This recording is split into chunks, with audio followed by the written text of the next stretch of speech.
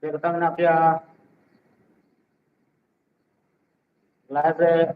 ᱦᱤᱡᱩᱜ ᱛᱟᱵᱚᱱ ᱯᱮ᱾ ᱡᱚᱞᱫᱤ ᱡᱚᱞᱫᱤ ᱪᱟᱞᱟᱜ ᱛᱟᱵᱚᱱ ᱯᱮ᱾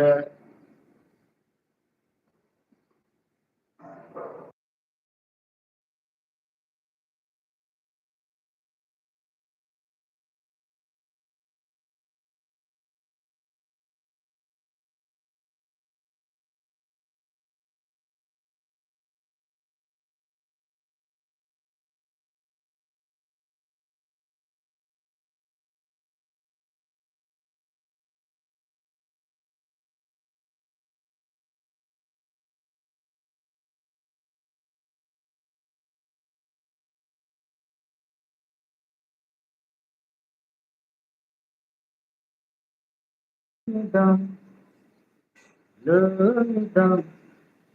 ᱜᱟᱛᱮ ᱨᱮ ᱚᱯᱚᱨᱚᱛᱟᱢ ᱨᱮ ᱜᱟᱛᱮ অপরতাম রে কাছে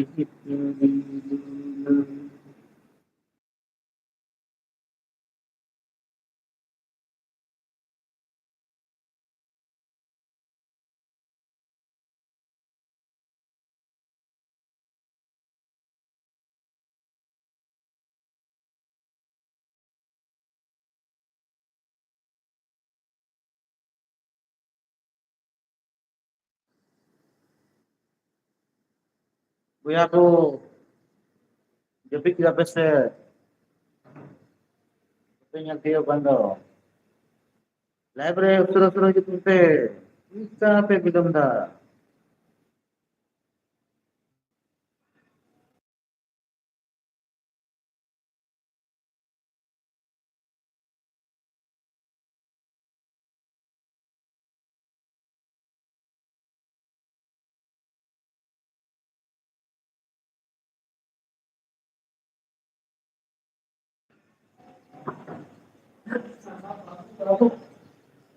ᱟᱹᱰᱤ ᱫᱩᱠ ᱨᱮᱱᱟᱜ ᱵᱚᱭᱦᱟ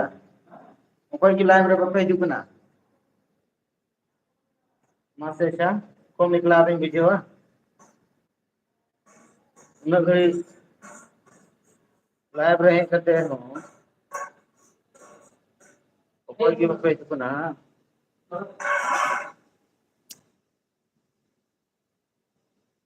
खास बात मा बोले आपे साथ ये की ताहे कना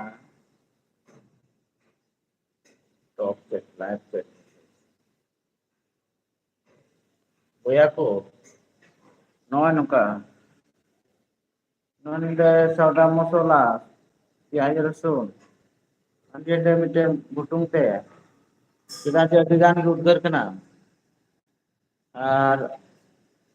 आज सला सिक्स पेस रोटी अभी खतरा कोड़ा कना है ᱤᱧ ᱦᱚᱲᱮ ᱡᱚᱲᱟᱣ ᱠᱟᱱᱟ ᱛᱚ ᱞᱟᱭᱤᱵ ᱨᱮ ᱦᱤᱡᱩᱜ ᱛᱟᱵᱚᱱ ᱯᱮ ᱩᱥᱟᱹᱨᱟ ᱩᱥᱟᱹᱨᱟ दाका को जम बड़ा हुई से बांग हेलो गति को सब लोग लाइव में आइए आप लोग कैसे हैं कम ना पिया चैट तबुन पे और तबुन पे जाना भी कुकली बिना तो आपे पे ऑल दाड़िया नाना जवाब भी मा पेया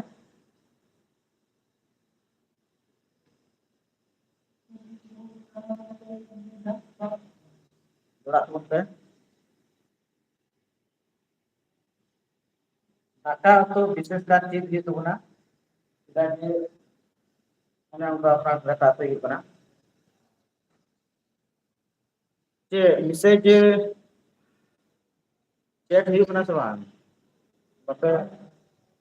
दिखा लाइव लाइव रे बांग चेटो कना और मैसेज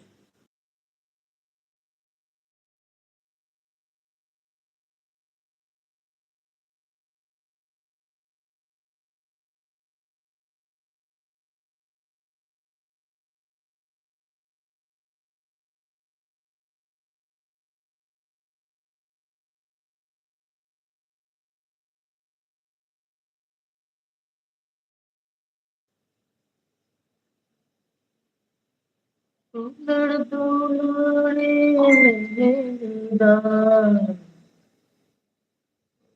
tambe hati seribu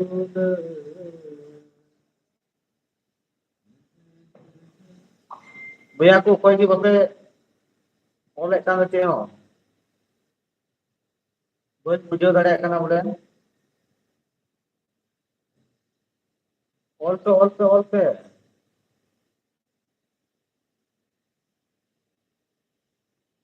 ये लगा तबे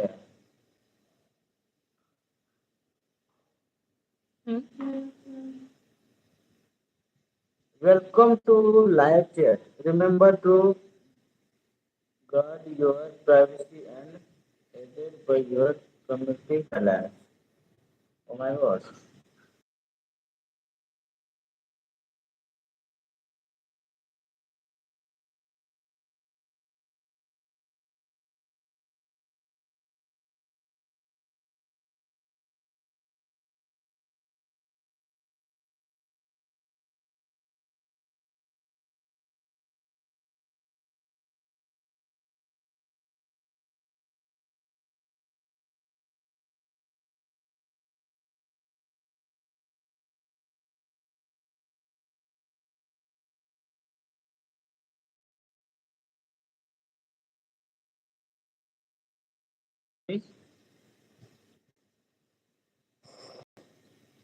chat leka भैया को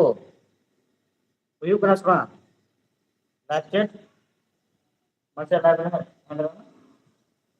chat sekata bang huyuk na bako chat kan opaya question bang hej dare kana masih usara chalang sekate bang nyelok kana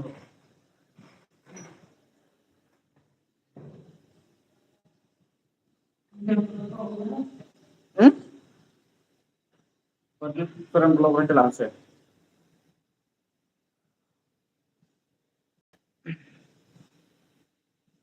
मी और पे लाइक कदा लाइक तुम से ठीक है अच्छा चे प्रॉब्लम कना nyel dai चिकाते bang huyuk kana nyelek tabunai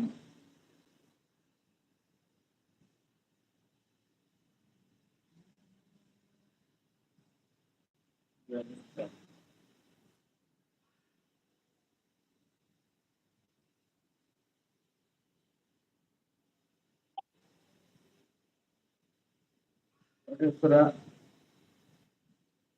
yang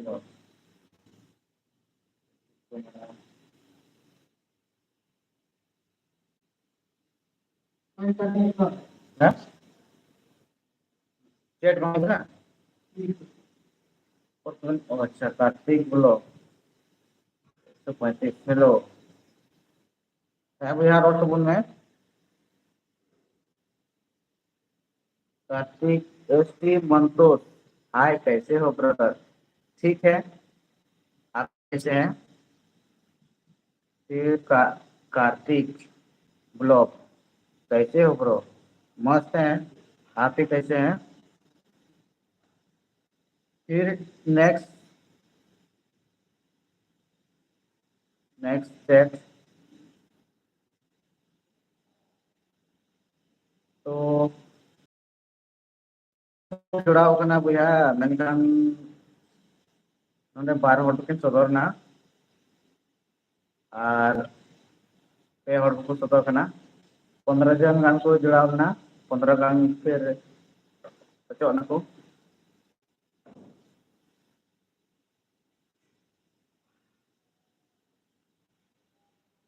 फिर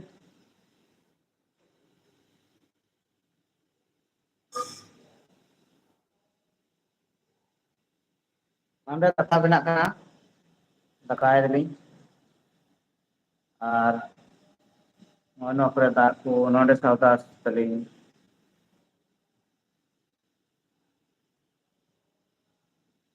dua kereta kata kena macho dane बनua और पूरा को गेलnya मैं भी ठीक हूँ अच्छा ठीक बुन tahan लेनखान ये ठीक हुआ और ini asoa जेमन लहा सेन मौज तेगी पे तहन।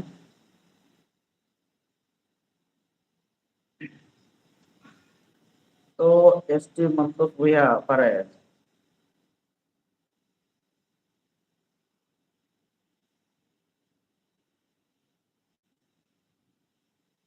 उड़ारे से परे।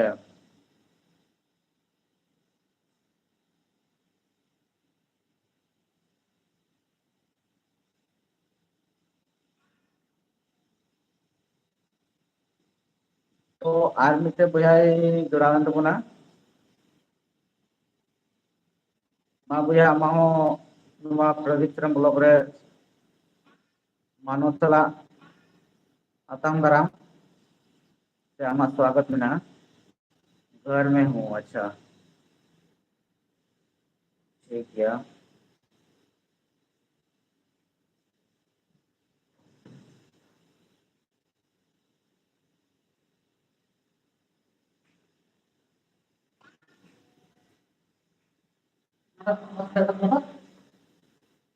बा- तो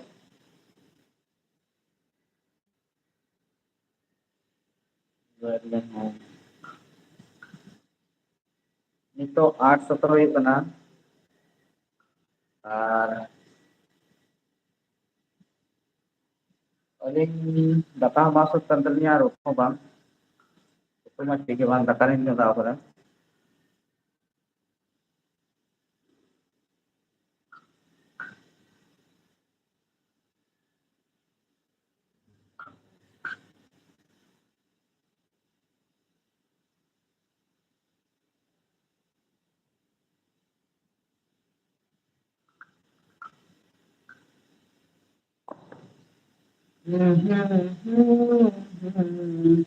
आज जाना कुकुली को जुदी आप से कौन मेना खान लई तबुन पे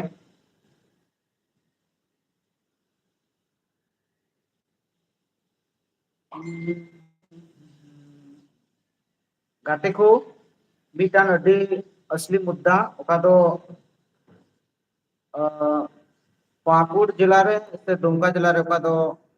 कोयला खदान चालू कना से पाकुड़ जिला रे मा चला कान के कार्य आदो नितो ओका आंदोलन को उठाव का तबन कोयला खदान बारेते ओका दो आलूबेड़ा बिशुनपुर चिलगू तालजरी और इन को आसपास रन किरकिरा से चक में आमझरी इसके बाद धमनी चुमा नुआ को आतो रे नोका को विस्थापित का हुआ और उनको सही तरीका ते एग्रीमेंट बांग हुई कान तकवा ओका दो 2004 रे बांग दो एमओयू होई दिना तो ओका लहानी कंपनी ताकना एमटा उनी ओका लगा स्क्रू टूलेदा तो उनी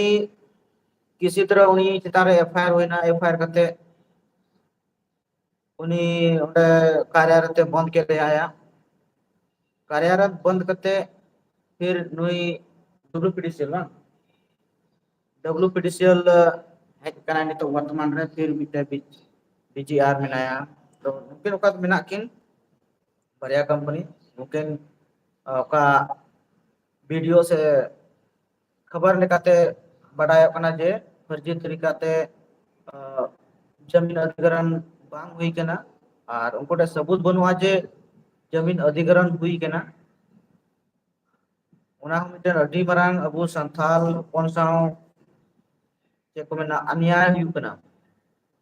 अबो बिशुनपुर बन नेल कना ओका को विस्थापित का को और भवन बनाव कते को एम का को ओंडे बन नेला महात्मा गांधी मेना और अकय को मूर्ति चो मेना तो ओना नोडे अडी मारांग जिनिस नोडे छिपा हुआ मेना जे अब जगह जमी ला करते से ओत हासा हताव ओका दो मूर्ति को बनाव को महात्मा गांधी चाहे तो सिधो कानूआ चाहे तो आबोरन ओका दो जगह खातिर ते से अब शासन खातिर ते अबुआ स्वराज ओका दो स्वशासन व्यवस्था रना कुकमु का दो ताहे कना उना ओका दो कुकमु ताहे कना उना बांग पुरव कना नित हो और उना खन अबु वंचित बु ताहे कना फिर भी उनको मूर्ति बनाव कते उनको साबित सना का जे नुआ स्वशासन व्यवस्था नोडे मिना तो नुआ अति मरान अबु साव अत्याचार से अन्याय हिजुग कना मूर्ति बनाव कते उनको कुकमु दो बांग पूरा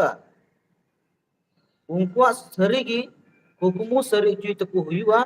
तो अब दो एकता कते कंपनी विरुद्ध ते ओका जहां री अन्याय हुकान उनरेबुन रोड़ा अदो ओना हनाल रे नेल दको जगह जमी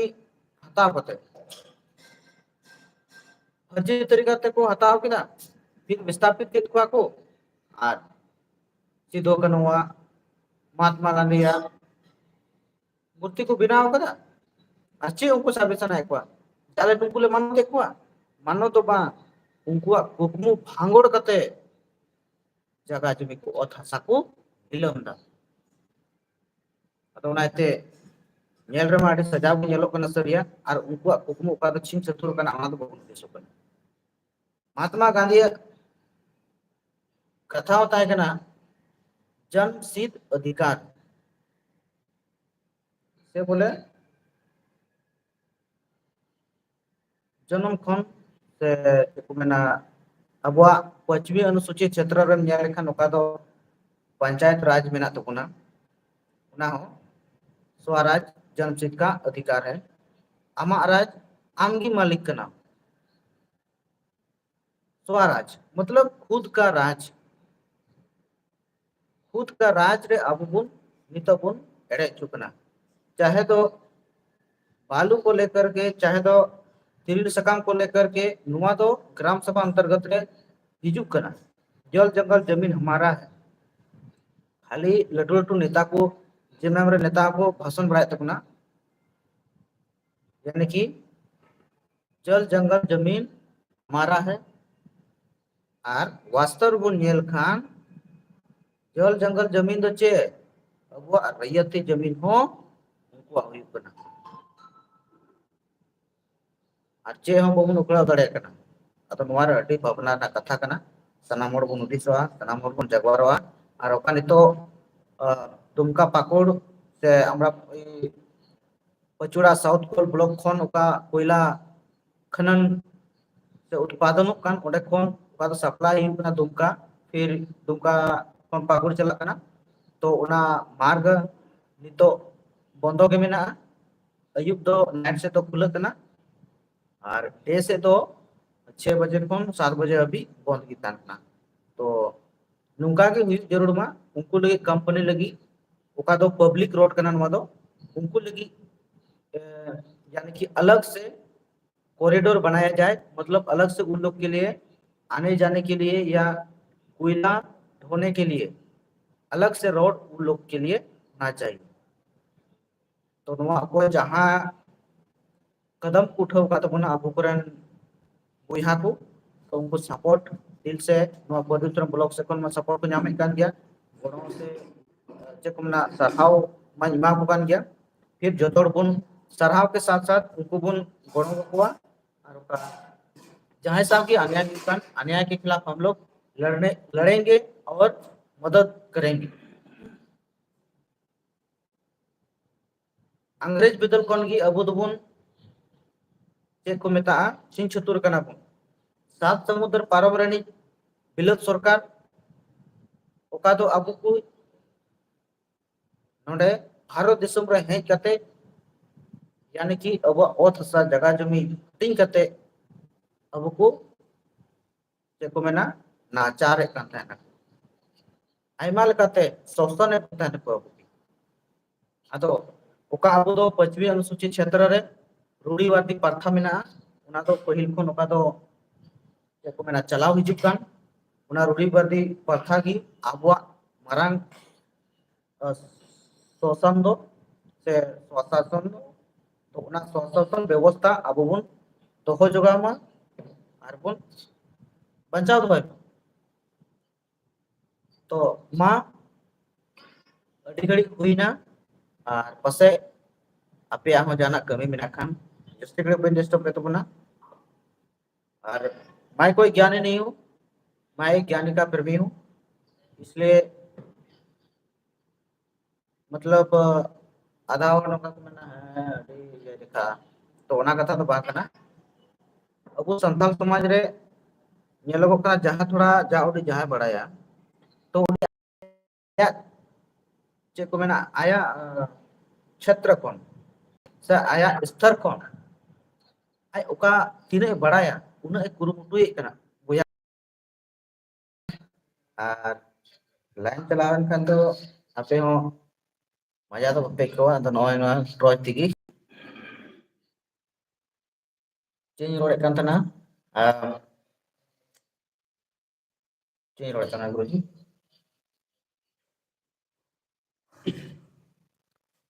तो नवा लाइन चलावन ते डेस्कटॉप हुई ना हाँ तो सरी की अड़ी मुश्किल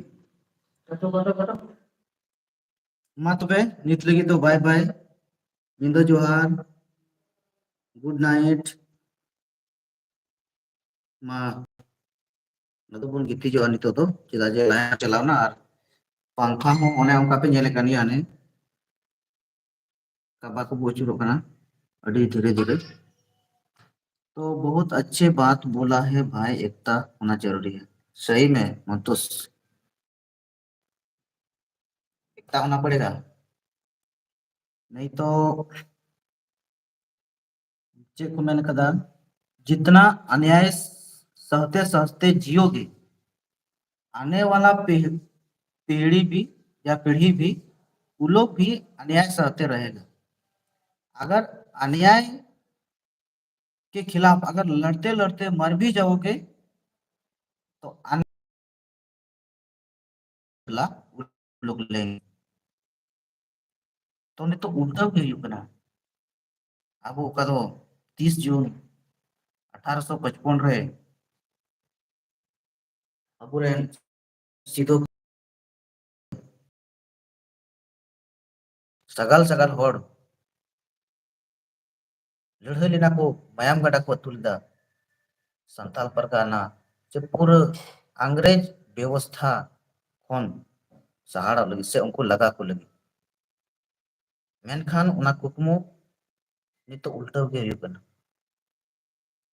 उनकिना कुकमु अंगुर पूरा दाड़े को था नितो जहां रे बन ñel लेकन सिदो कानो nyutum चेतान रे नितो कंपनी nyutum को तो